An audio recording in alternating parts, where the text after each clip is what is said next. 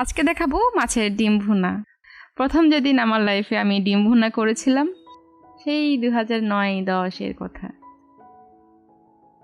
তখন তো এত নেট দুনিয়া ছিল না, আর থাকলেও আজকালের মতো এতটা ইজি অ্যাক্সেস ছিল না। মাকে দেখতাম হাত দিয়ে মেখে মশলা কষিয়ে রান্না করতেন। নতুন বাসায় উঠেছি, ব্যাস আমিও সেরকম রান্না বসিয়ে দিলাম। পরে দেখি ডিম বারবার হাঁড়িতে লেগে যাচ্ছে, যতই নাড়াই তারপরেও লেগে যাচ্ছে। আসলে হাত তখন পাকা ছিল না তো। মাকে ফোন দিলাম, বলল জল দে। দিলাম, আরও দিলাম, আরও দিলাম। জল তো দিচ্ছি, যত জল দিচ্ছি সবটাই টেনে নিচ্ছে। কি এক অবস্থা! পরে রান্না হয়েছে ঠিকই, তবে ডিমটা শক্ত হয়ে গেছিল আর ঝোলটা খানিক পানসে হয়ে গেছিল। মা রেসিপি বলে দিয়েছিল, কিন্তু এখন যেরকম আমরা ইউটিউবে সব কিছুই দেখতে পাই, পরিমাণটাও বলে দেয়, তখন তো এসব ছিল না। মা হাত দিয়ে মশলাপাতি দিতেন, তো পরিমাণটা বোঝানো মুশকিল ছিল। এখনও যারা গ্রাম সাইডে থাকে বা একটু পুরোনো দিনের মানুষ, ওনারা কিন্তু হাত দিয়ে মেপেই মশলাপাতি দেয়, তো কোনটা কত পরিমাণ সেটা আর বলতে পারে না। এ দিবি, এতটুকু দিবি, শেষ। এখনকার লাইফ কতটা সহজ সেটা আমরা আসলে আমাদের চারপাশ দেখলেই বুঝতে পারি। আচ্ছা, সে যাই হোক, সুস্বাদু এই ডিম ভুনাতে বেশি কিছু লাগে না। শুধু কিছু ট্রিক্স ফলো করে রান্না করলে মাছের ডিমটা ভাজা ভাজাও হয়, খেতেও অসাধারণ লাগে, আর আমার মতো এক বালতি জলও লাগে না। আচ্ছা, জমিন করার কারণে আলুগুলো দেখতে এখানে একটু বড় লাগছে, তবে আমি এখানে সবজিতে যেরকম আলু দেয় সে সাইজ করে কেটে নিয়েছি। আর আলুগুলো আমি 80%-এর মতো ভাজতে ভাজতেই সেদ্ধ করে নেব। তারপর সব গুঁড়ো মশলা আমি অ্যাড করে দিচ্ছি। লবণ দিচ্ছি পরিমাণ মতো, হলুদ দিলাম 2/3 চা চামচ, মরিচ 1.5 চা চামচ, ধনে গুঁড়ো 1.5 চা চামচ, জিরে 1 চা চামচ, রসুন 1 চা চামচ, আর আদা বাটা দিয়েছি 1.5 চা চামচ।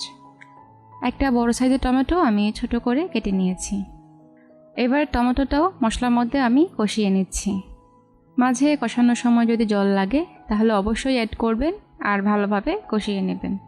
কষাতে আমার প্রায় 8 থেকে 9 মিনিট সময় লেগেছে। দাঁড়ান, আপনাদের একটু দেখাই আলুটা কতটুকু সেদ্ধ করেছে।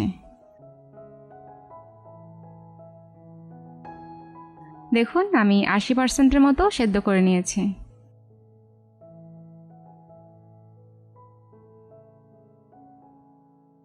এখন ডিমগুলো আমি ভালোভাবে চারদিকে ছড়িয়ে দেব, যাতে একদিকে বেশি আবার একদিকে কম না হয়। ডিমগুলো দিয়ে আমি একদম অল্প আছে 5 থেকে 6 মিনিট রান্না করেছিলাম।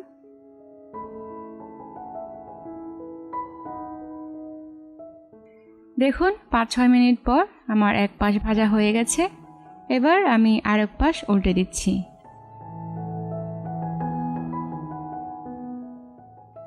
এরপর 6 থেকে 7 মিনিট অল্প আছে আমি আবার ঢাকা দিয়ে রান্না করব। মোটামুটি অল্প আছে, আপনি যদি 15-16 মিনিট ডিমগুলো ভেজে নেন তাহলে দেখবেন ডিমগুলো সেদ্ধ হয়ে গেছে। আপনি যদি মাছের ডিমটা ঝুরো ঝুরো খেতে চান তাহলে আর জল দেওয়ার দরকার নেই। এভাবে আপনি আরও 5-6 মিনিট ভেজে শুকনো শুকনোই সার্ভ করতে পারবেন। ফিরে এলাম 7 মিনিট পর। দেখুন, সব তেল উপরে উঠে গেছে আর ডিমটাও খুব সুন্দর ভাজা হয়ে গেছে।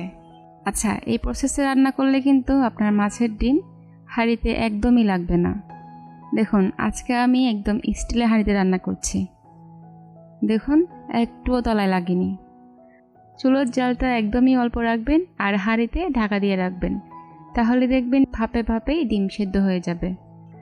আমি যেহেতু সব ডিম শুরুতেই গলিয়ে ফেলিনি আর কিছুটা আস্ত রেখেছিলাম যাতে দাঁতে পড়লে খেতে ভালো লাগে, তবে আমি একটু ঝোল রাখবো, সেজন্য অল্প জল দিয়ে দিচ্ছি। যদি লাগে আরও একটু দেব। হ্যাঁ, আরও একটু লাগছে, তো আমি জলটা দিয়ে দিলাম। যেহেতু আমার এখানে আলুও দিয়েছি, তো আলুটাও একটু সেদ্ধ হওয়ার বিষয় আছে। এই মুহূর্তে একটু চেক করে দেখবেন সব কিছু ঠিকঠাক আছে কিনা। আমার মনে হচ্ছে একটু লবণ লাগবে, তাই আবার 2/3 চা চামচের মতো আমি লবণ অ্যাড করলাম।